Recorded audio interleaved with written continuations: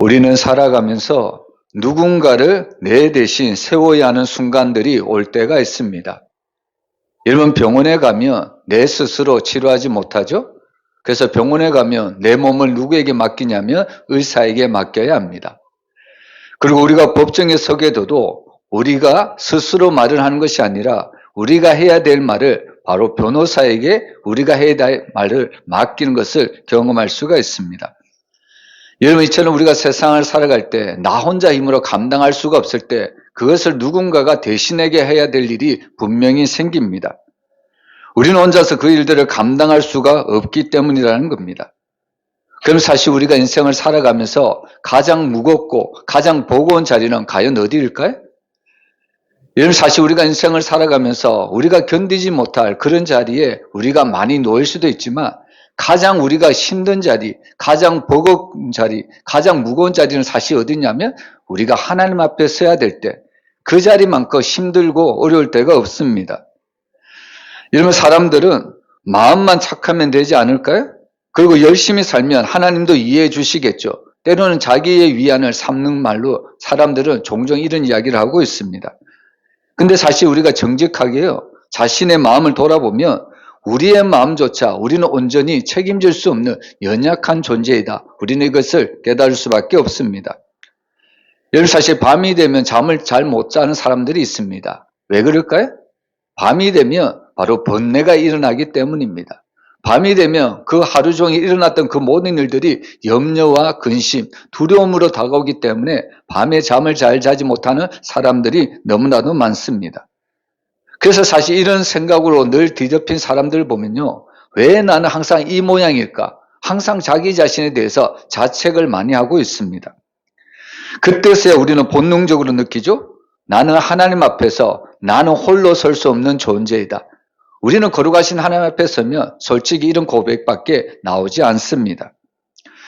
여러분 죄인인 인간이 바로 그 거룩하신 하나님 앞에 서는 일은 훨씬 두렵고 훨씬 더 엄숙한 일입니다. 그래서 사실 성경에서 하나님을 뵙는 것은 우리에게도 기쁨이 되지만 특별히 죄를 지은 죄인에게 있어서는 하나님을 뵙는 것만큼 두려운 일이 없습니다. 그래서 하나님을 가까이 하는 것이 아니라 어떻게 해서든지 하나님과 점점 멀어지는 삶을 선택해버리고 만다는 겁니다. 여러분 그래서 우리가 믿는 하나님은요 사실 어떤 하나님이냐면 두려운 하나님이 아니라 사랑의 하나님이십니다. 때로는 우리가 이런 죄책감으로 때로는 우리가 이런 두려움으로 하나님을 점점 멀리할 때 하나님은 그러면 내가 하나님 앞에 직접 서지 못하면 내가 너 대신 세워줄 그 사람을 세워줄게. 그 사람을 통해서 너의 모든 죄를 용서해 줄게. 하나님이 이런 말씀을 오늘 본문을 통해서 이야기하고 있다는 겁니다. 여러분 하나님은 사실 우리가 하나님 앞에 서지 못할 때 우리를 대신해서 세워준다고 말씀합니다. 여러분 그 사람이 누구냐면 바로 본문에 등장하는 대제사장입니다. 여러분 히브리서 5장은 바로 이런 대제사장을 설명하면서 먼저 예수가 우리에게 친히 대제사장이 되셨다. 이것을 먼저 설명하지 않고 먼저 사람으로서 대제사장의 역할을 우리에게 말씀하고 있습니다. 여러분 사실 예수님과 그리고 사람의 대제사장의 비교를 해보면요. 인간의 그 대제사장은 바로 한계를 그 연약함을 가질 수밖에 없다. 오늘 본문은 우리에게 정확하게 알려주고 있습니다. 여러분 왜 예수님이 그 대제사장임을 우리에게 먼저 보여주기 전에 먼저 인간의 그 대제사장을 우리에게 보여주실까요? 그것은 바로 아무리 우리 앞에 세워진 대제사장, 인간이라고 할지라도 그 대제사장조차 연약하고 부족하다는 것을 우리에게 보여주기 위함입니다. 그래서 사실 우리에게 오신 참된 대제사장이신 이 예수님이 얼마나 우리의 참된 구원자이신가, 얼마나 우리의 삶을 인도하시는가, 인간의 대제사장과 비교하기 위해서 먼저 인간된 그 대제사장을 우리에게 보여주고 있다는 겁니다. 여러분 우리는 말씀을 통해서 정말 하나님 앞에 서 있는 나는 과연 어떤 존재일까?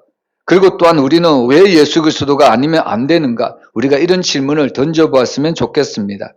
여러분 오늘 이 말씀을 통해서 스스로 내가 높아지고요. 스스로 나 자신을 의지했다면 우리는 모든 것을 다 내려놓고 우리에게는 절대적으로 대제사장이신 예수님만이 필요하다고 고백할 수 있는 이 믿음의 예배가 되었으면 너무나도 좋겠습니다. 그래서 오늘 우리는 먼저 예수 그리스도의 대제사장 되심, 이것을 보기 전에 인간의 대제사장을 모습을 우리가 한번 살펴보기를 원합니다. 여러분, 첫 번째로 인간된 대제사장은 사람 가운데서 택함을 받은 존재이다, 우리에게 소개를 합니다. 1절에 보면 대제사장마다 사람 가운데서 택한 자이므로 하나님께 속한 일에 사람을 위하여 예물과 속지 않은 제사를 드리게 하나니. 여러분, 여기 보면 인간의 대제사장을 설명하면서 가장 먼저 그의 출신을 설명하고 있습니다. 여러분, 인간의 대제사장의 출신이 뭡니까? 오늘 여기 보면 인간의 대제사장을 사람 가운데서 택함을 받았다, 이것이 바로 인간의 대제사장의 출신 성분입니다. 여러분, 이 말씀은 인간의 대제사장은 사람 위에 군림하는 존재가 아니라 이 대제사장조차 백성 가운데 설 수밖에 없는 연약한 존재라는 것을 우리에게 보여주는 말씀입니다. 여러분, 인간의 대제사장은 우리와 다른 것이 아닙니다. 여러분, 사실 과거의 성도들은요, 목회자들 화장실도 안 간다고 그렇게 여겼습니다. 여러분, 목회자들은 죄도 안 짓는다고 구약의 옛날 성도들은 그렇게 여겼습니다. 여러분, 과연 그렇습니까? 여러분, 목회자도 똑같이 성도들과 함께 화장실도 가야 되고요, 똑같이 연약해서 죄를 지을 수도 있다는 존재라는 겁니다. 아무리 이 대제사장이 바로 하나님께 부름을 받은 자라고 할지라도 이 대제사장조차 똑같은 우리와 똑같은 인간이라는 겁니다. 그래서 그는 우리와 같은 시간을 살고요, 우리와 같은 언어를 쓰고 우리와 똑같은 감정을 가지고 이 세상에서 살고 있습니다. 그래서 사실 하나님께서 인간된 그 대제사장을 선택하신 이유는 분명할 수밖에 없죠. 바로 이 백성의 삶을 이해할 수 있어야 되는 것이 바로 이 인간된 대제사장의 역할이기 때문입니다. 여러분, 인간의 대제사장은 책으로만 죄를 아는 사람이 아닙니다. 여러분, 그 역시 분노와 두려움을 경험했고요, 그 역시 흔들림을 경험했고, 또한 수없이 넘어지고 후회하면서 하나님 앞에 울어본 사람이었다는 겁니다. 여러분, 대제사장이라고 해서 우리가 전혀 다른 사람이라고 생각해서는 안 됩니다. 여러분, 하나님께서 이 인간의 대제사장을 바로 백성 가운데 선택하신 이유는 우리의 모든 연약함을 공감하기 위해서 바로 인간된 대제사장을 세우셨다는 말씀입니다. 그래서 사실 이런 인간의 대제사장은 완전하진 않지만 그러나 우리의 모든 연약함을 공감할 수 있는 인간의 어떻게 보면 감정을 느낀 사람이 바로 인간된 대제사장이었다는 말씀입니다. 근데 인간된 대제사장의 역할이 뭡니까? 여러분, 본문에 보면 오늘 인간의 대제사장은 바로 하나님과 백성 사이에 서는 존재였습니다. 여러분, 예수님도 하나님과 백성 사이에 우리의 유일한 중보자가 되시죠? 근데 그 유일한 중보자를 설명하기 전에 먼저 인간의 대제사장 또한 하나님과 인간 사이에서는 중보자라는 것을 우리에게 말씀하고 있습니다. 여러분, 대제사장이 사람 가운데서 택함을 받았다는 것은 그가 사람 편에만 서 있는 것이 아니라는 겁니다. 여러분, 대제사장은 그는 사람 편에만 서 있는 것이 아니라 동시에 그는 하나님 앞에도 서 있는 영적인 존재였습니다. 그래서 사실 인간의 대제사장은 두 세계 사이에 서 있습니다. 한쪽에는 거룩하신 하나님 앞에 서 있고요, 다른 한쪽에는 바로 연약한 죄인들을 위해서 서 있다는 겁니다.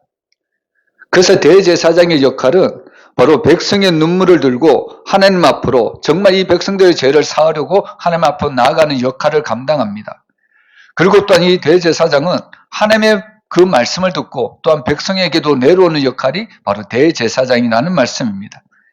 이것이 바로 인간된 대제사장이 하는 중보의 역할입니다. 그런데 우리가 알듯이 여러분, 비록 인간의 대제사장은 예수님처럼 하나님 편으로 올라가기도 하고 또 인간 편으로 내려오는 중보자의 역할을 했지만 그렇다고 인간된 대제사장이 완전한 그런 중보자가 될 수가 없다는 겁니다. 왜 그러냐면 이 대제사장조차 그는 여전한 죄인이었기 때문입니다.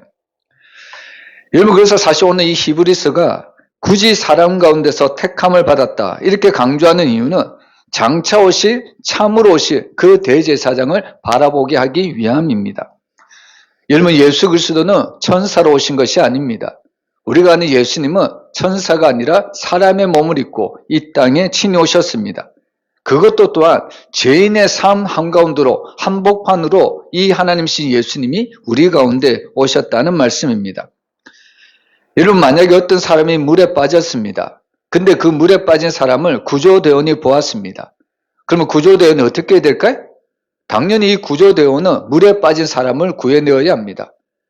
근데 이 높은 곳에 있는 이 구조대원이 이 물에 빠진 사람을 어떻게 하냐면 그 물에서 나오세요, 이렇게 외치기만 한다면 물에 빠진 사람은 절대로 구원을 받을 수가 없다는 겁니다.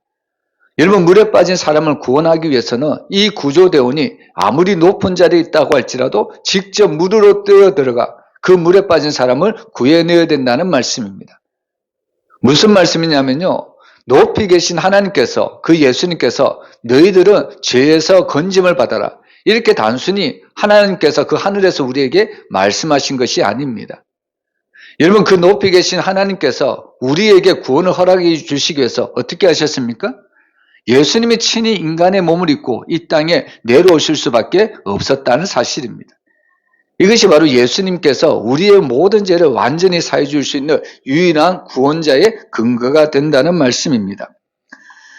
여러분, 그래서 사실 우리가 예수님을 믿고 의지하고 신뢰할 수 있는 이유는 뭐냐면, 예수님은 우리의 연약함을 멀리서 보신 분이 아니라 직접 우리의 삶으로 돌아오셔서 우리의 모든 삶을 체험하시고 우리의 모든 연약함을 담당하셨기 때문에 우리는 예수님을 나의 중보자로, 나의 구원자로 받아들일 수가 있습니다. 여러분, 사실 많은 사람들을 보면요, 사람들 앞에서는 강한 척하는 것을 볼 수가 있습니다. 근데 사람들은 아무리 사람들 앞에서는 강한 척 할지는 모르겠지만 늘 하나님 앞에 서서는 부족한 존재일 수밖에 없습니다. 근데 오늘 예수님은 사람 가운데 우리 가운데 오셨지만 그분은 참 대제사장이십니다. 여러분, 그 예수님은 우리의 신앙과 기도를 그대로 받아주고 있습니다. 예수님은 우리의 모든 연약함을 그대로 공감하고 있다는 겁니다. 공감하실 뿐만 아니라 우리의 모든 연약함을 강함으로 바꿔줄 수 있는 하나님의 능력이 있는 분이 바로 예수님이라는 겁니다. 그래서 오늘 우리는 이 인간의 대제사장이 아니라 이런 연약함을 통해서 오히려 우리는 참된 대제사장이 예수 그리스도를 바라보면서 날마다 우리는 그분만 의지하며 살아가는 우리들의 존재가 되어야 된다는 것을 우리가 알 수가 있는 겁니다. 그리고 두 번째로 오늘 인간인 대제사장은 연약함에 둘러싸인 존재이다, 이렇게 이야기를 하죠. 우리 2절 말씀 우리 한번 같이 읽어보겠습니다. 그가 무식하고 미혹된 자를 능히 용납할 수 있는 것은 자기도 연약에 휩쓸려 있습니다. 여러분, 여기 보면 그가 누굽니까? 여기서 말하는 그는 대제사장입니다. 여러분, 대제사장은 백성들이 무식하고 미혹된 자를 용납할 수 있다고 이야기를 하고 있습니다. 그렇게 용납할 수 있는 것은 자기 또한 그 연약함에 휩쓸려 있다는 이야기입니다. 여러분, 사실 우리가 아는 이 대제사장은 거룩한 예복을 입고 날마다 하나님 앞에 제사를 인도하고 날마다 하나님 앞에 예배를 인도한 사람이 대제사장이 하는 역할입니다. 겉으로 보면 일반 성도들하고는 전혀 다른 하나님의 어떻게 보면 귀한 종이라는 것을 우리가 알 수가 있는 거죠. 근데 아무리 이 대제사장이 거룩한 예배를 드리고 거룩한 제사, 거룩한 예배를 인도한다고 할지라도 여러분, 이 대제사장조차 연약함에서 벗어난 사람은 아니라는 겁니다.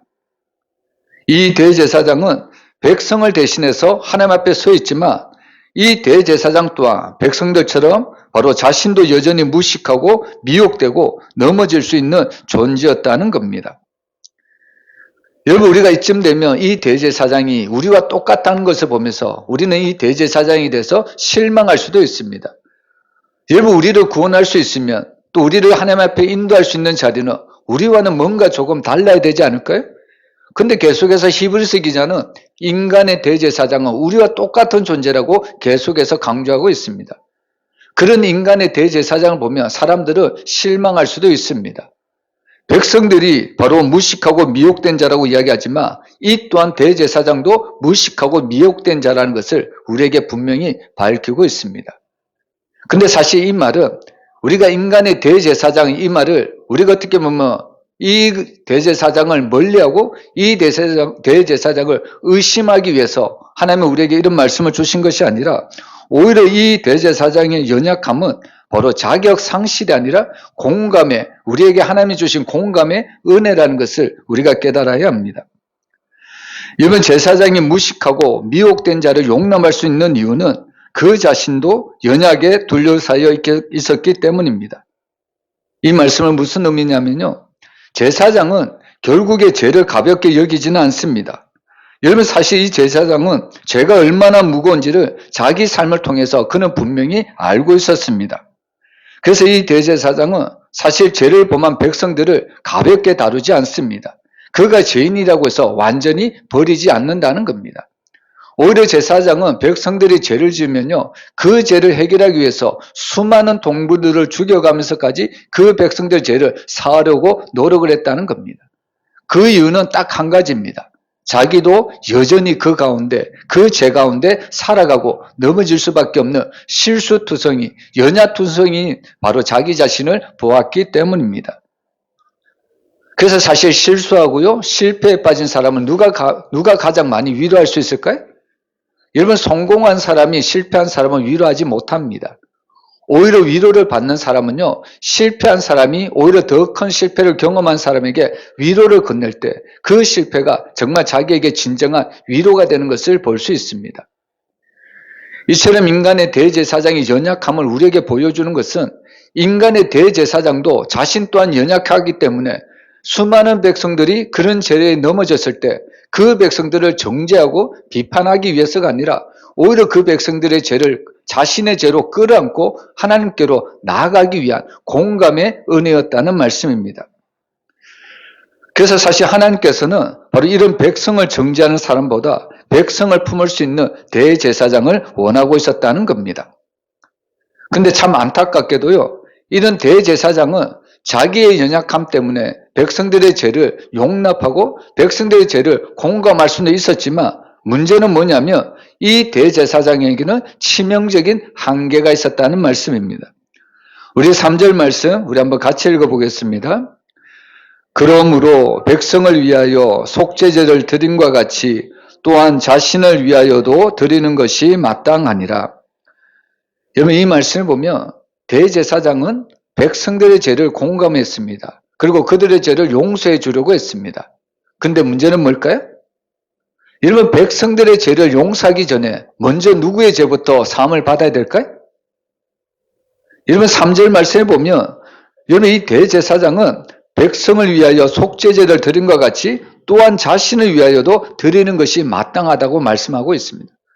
무슨 말씀이냐면 여러분, 이 대제사장은 백성들의 죄를 사하기 이전에 먼저 자신의 죄를 해결을 해야만 했다는 겁니다. 이것이 바로 인간의 대제사장의 치명적인 한계입니다. 여러분, 인간의 대제사장은 중보자였지만 그는 완전하지 않았습니다. 그는 백성들의 인도였지만 그는 완전한 구원자가 아니었다는 말씀입니다. 여러분, 우리가 비 오는 날 우산을 하나 들고 있는 사람이 다른 사람을 가려주려고 합니다. 근데 문제는 뭐냐면 내가 우산 하나를 들고 다른 사람의 비 맞는 것을 가려주려고 하지만 정작 자기 어깨는 어떻게 됩니까? 다 비에 젖을 수밖에 없다는 사실입니다. 인간의 대제사장은 남을 하나님께로 인도할 수 있었지만 정작 자기 자신도 은혜가 필요한 존재라는 것을 우리에게 말씀해주고 있는 내용입니다. 그래서 사실 이런 반복되는 제사는 인간 대제사장의 무력함을 보여줄 수밖에 없습니다. 그래서 대제사장은요, 해마다 날마다 같은 제사를 반복합니다. 왜냐하면 그의 죄 문제가 완전히 해결되지 않았기 때문입니다. 날마다 백성의 그 죄를 위해서 동물들의 피를 뿌리지만 그 동물들의 피를 통해서 완전히 백성들의 죄, 심지어는 자기들의 죄도 완전히 해결되지 못했다는 겁니다. 여러분, 이것이 사실 하나님께서 우리에게 보여주신 율법의 기능입니다. 여러분, 율법은 어떤 기능을 하냐면 죄를 드러냅니다. 그러나 중요한 것은 이 율법은 죄를 드러내긴 하지만 죄를 끝내지는 못했다는 겁니다. 여러분, 이 율법을 마치기 위해서, 율법을 끝내기 위해서 오신 분이 있습니다. 그분이 누굴까요? 바로 예수 그리스도라는 사실입니다. 여러분, 오직 예수 그리스도만이 이 십자가에서 율법을 완전히 끝낼 수 있는 분이라는 것을 우리가 알아야 합니다. 그래서 사실 우리에게는 날마다 복음이 필요합니다. 여러분, 히브리서는 인간 대제사장의 연약함을 숨기지 않고 강조를 하죠. 그 이유는 단 하나입니다. 너희에게는 인간 대제사장이 아니라 완전한 대제사장이 필요하다는 것을 가르쳐주기 위해서 바로 인간 대제사장을, 그 연약함을 우리에게 보여주는 겁니다. 여러분, 우리가 아는 예수님은 어떤 분이십니까? 여러분, 예수님은 우리와 똑같이 시험을 받으십니다. 그런데 중요한 것은 히브리서를 보면 우리와 똑같이 시험을 받은 분이도되 중요한 것은 바로 죄가 없은 분이라고 우리에게 정확하게 알려주고 있습니다. 그래서 사실 예수님은 우리와 똑같이 연약한 육신의 몸을 입고 입으시지만 그러나 죄는 없으신 분이라는 겁니다. 그래서 사실 예수님이 지셨던 십자가를 우리가 가만히 생각해 보면요, 예수님은 자기를 위해서 스스로 자기 피를 흘린 것이 아닙니다. 예수님은 십자가에서 흘린 모든 피는 자기의 죄 때문이 아니라 바로 온 인류의 모든 구원을 위해서 하나님께서는 그 피를 예수 그리스도를 통해서 흘려주셨다는 말씀입니다. 그래서 사실 오늘 우리가 정말 하나님의 그 은혜를 믿는다면 우리는 날마다 그 참되신 예수 그리스도, 그 대제사장을 우리 마음속에 영접하며 그분을 믿을 때 우리의 모든 죄가 단번에 해결된다는 사실을 우리가 믿어야 합니다. 이런 때때로 많은 사람들에게 실망을 하죠. 때때로 많은 사람들이 목회자를 보고 실망할 때도 있고 성도를 보면서 실망할 때도 있고 인간관계에서도 실망을 할 때가 많습니다. 여러분, 사람들이 왜 실망을 할까요? 여러분, 사람들이 실망하는 이유는 물론 그가 연약하기 때문에 실망할 수도 있겠지만 더 큰 이유는 바로 그가 연약하지 않을 것이다, 그런 기대감이 있기 때문입니다. 나는 넘어지지만 저 사람은, 목사님은, 장로님은, 우리 성도님은 넘어지지 않을 것이다, 그것에 대한 기대감이 있기 때문에. 근데 우리가 보니까 똑같이 넘어지는 그 현장을 보면서 바로 사람들은 실망을 한다는 겁니다. 근데 거기에 비해서 복음은 우리에게 무엇이라고 말을 할까요? 너희는 인간의 대제사장을 의지하지 말고 참된 그 예수의 대제사장을 믿고 의지하며 날마다 십자가 앞에 나아갈 것을 우리에게 말씀을 하고 있다는 겁니다. 여러분, 사실 우리는 넘어졌지만 예수님은 한순간도 넘어지지 않으셨습니다. 십자가를 지면서까지 예수님은 그 걸음에서도 당당하게 복음으로, 믿음으로 그 길을 걸어가셨다는 겁니다. 우리는 날마다 인생 가운데 흔들리지만요, 예수님은 날마다 하나님의 말씀을 가지고 순종의 길을 끝까지 걸어가셨습니다. 그래서 사실 우리는 참된 대제사장이신 예수 그리스도를 보면서 우리는 이런 고백을 들을 수밖에 없습니다. 하나님, 나는 날마다 실패합니다. 그날 그 십자가에서 우리의 구원을 이루신 그 주님의 은혜는 날마다 우리에게 흐르는 줄 나는 날마다 믿습니다. 이런 믿음의 고백이 날마다 우리 가운데 있어야 된다는 사실입니다.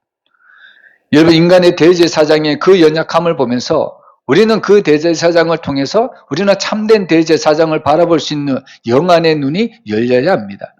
그분만이 나의 모든 죄를 용서하실 수 있고 그분만이 나를 구원의 자리로 인도해 주실 수 있다는 말씀입니다.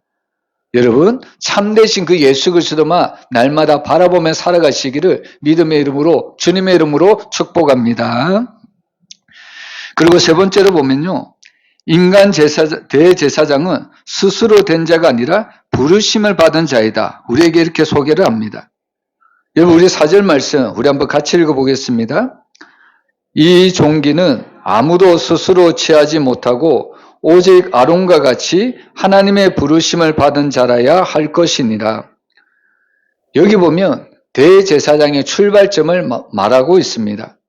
여러분, 대제사장은 능력으로 된 사람이 아니라 부르심으로 세워진 사람입니다. 여기 보면 오늘 대제사장의 자리를 존귀한 자리다 이렇게 말씀하고 있죠. 근데 여기서 말하는 존귀는 인간 스스로 취할 수 있는 자리가 아닙니다.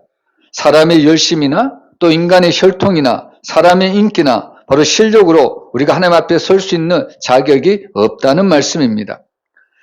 그래서 사실 대제사장의 자리는요, 자랑의 자리가 아니라 오히려 두려운 자리라는 것을 우리가 알아야 합니다.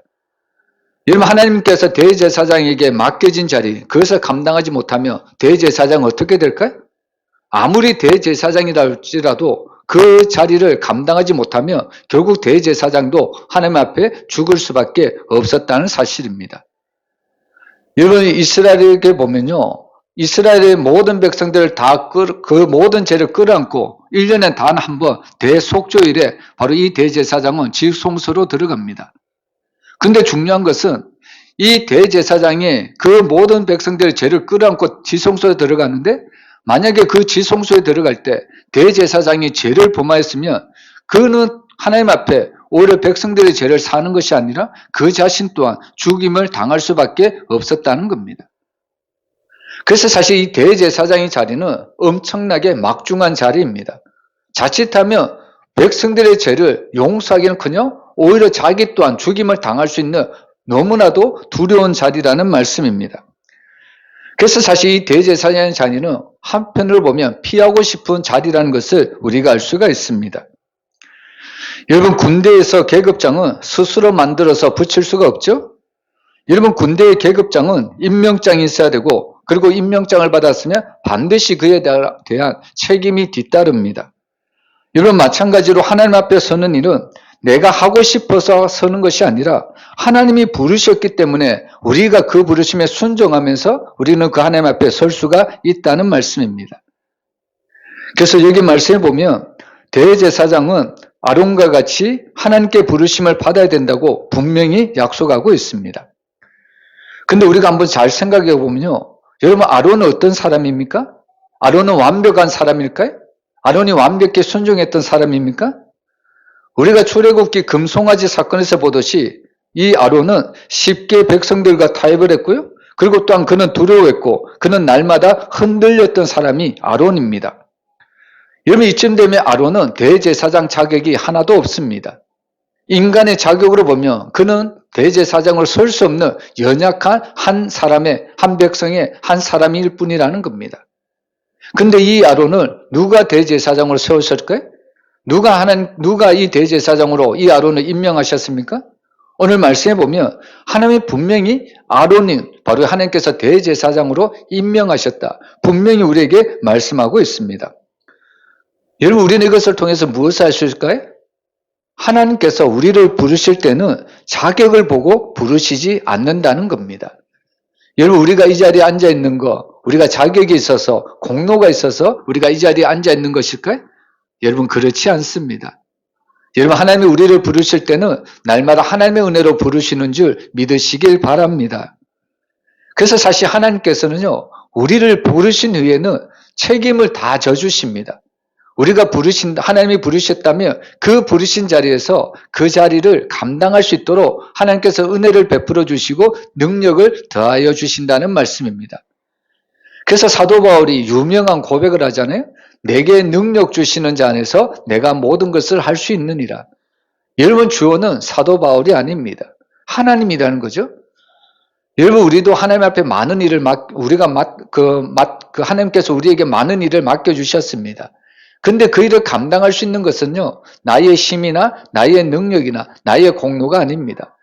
하나님이 나를 불러주셨기 때문에 내가 그 자리에 설 수 있도록 하나님이 책임져 주십니다. 하나님이 그 일을 감당할 수 있도록 능력도 더하여 주십니다. 결국에 하나님이 우리를 부르시는 것은 정죄의 자리로 부르시는 것이 아니라 날마다 하나님이 우리를 은혜의 자리로 부르신다는 것을 믿으시길 바랍니다. 그래서 사실 이 아론이라는 사람도 늘 연약하고 늘 부족하고 늘 실수하여 넘어질 수밖에 없었습니다. 그러나 그럼에도 불구하고 하나님은 아론을 대제사장으로 세우십니다. 그 이유는 딱 한 가지입니다. 하나님이 세우셨기 때문에 하나님이 책임져 주시겠다는 말씀입니다. 여러분, 이 말씀은 우리에게도 동일합니다. 하나님께서 우리를 성도로 불러주셨다면, 하나님이 우리를 자녀로 삼아주셨다면 우리를 자녀답게 성도답게 살아가게 하는 것은 우리의 힘이나 우리의 능력이 아니라 하나님이 우리를 불러주셨다면 끝까지 하나님이 우리를 책임져 주신다는 말씀입니다. 그래서 우리는 사실 세상에서 두려워할 필요가 없습니다. 왜냐하면 내게 능력 주시는 자 안에서 내가 모든 것을 할 수 있기 때문입니다. 여러분, 이 고백이 여러분들의 고백이 되기를 주님의 이름으로 축복합니다. 그래서 하나님께서 부르신 대제사장은요, 인간의 자격이 아니라 하나님이 부르셨기 때문에 그 대제사장을 감당할 수가 있습니다.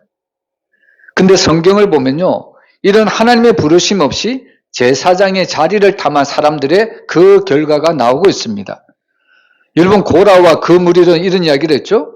회중이 다 거룩한데 왜 너희만 제사장이냐, 이런 일을 가지고 아론과 모세를 불평하고 원망하며 그 권위를 깎아내리려고 했습니다. 근데 여러분, 그들의 요구는요, 그들은 평등이 아니라 바로 하나님의 말씀에 대한 불순종이었다는 겁니다. 여러분, 하나님은 고라를 부르시지 않았습니다. 근데 이 고라는 백성들과 똑같이 평등을 주장하면서 우리도 똑같이 제사장이 될 수 있다, 이러면서 모세와 아론을 바로 핍박을 했다는 겁니다.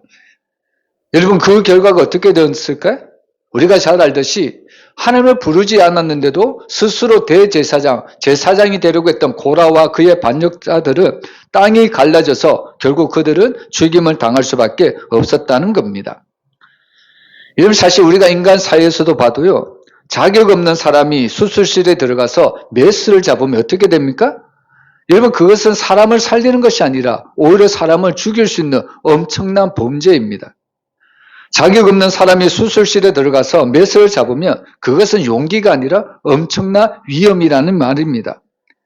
그래서 사실 하나님 앞에 서는 일은요, 열정으로 되는 것이 아니라 하나님의 부르심으로만 가능하다는 것을 우리가 믿어야 합니다. 그래서 사실 우리에게 있는 참된 대제사장 이 예수님은 하나님의 부르심을 받고 그 일을 온전히 감당하고 그 일을 온전히 순종하신 분이라는 것을 우리가 알아야 합니다. 여러분, 예수님은 스스로 대제사장이 되셨다고 주장하지 않습니다.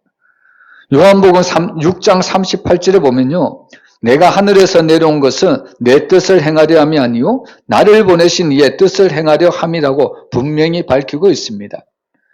예수님이 이 땅에 내려오신 것은 자신의 뜻을 행하신 것이 아니라 하나님의 뜻에 온전히 순종하기 위해서 이 땅에 오셨다고 말씀하고 있습니다. 이것이 바로 예수님이 우리에게 참된 대제사장임을 우리에게 밝혀주는 말씀입니다. 그리고 히브리서 5장 5절에도 또한 이와 같이 그리스도께서 대제사장 되심도 스스로 영광을 취하심이 아니라고 분명히 밝히고 있습니다. 여러분, 대제사장은 스스로 영광을 받는 자리가 아닙니다. 모든 영광은 하나님께 돌려드려야 된다는 겁니다. 여러분, 이 예수님은 비록 하나님이시지만 이 땅에 내려오셔서 우리의 모든 구역사역을 통하여 완성하시고 그리고 그 모든 영광을 하나님께 올려드신 참되신 대제사장입니다.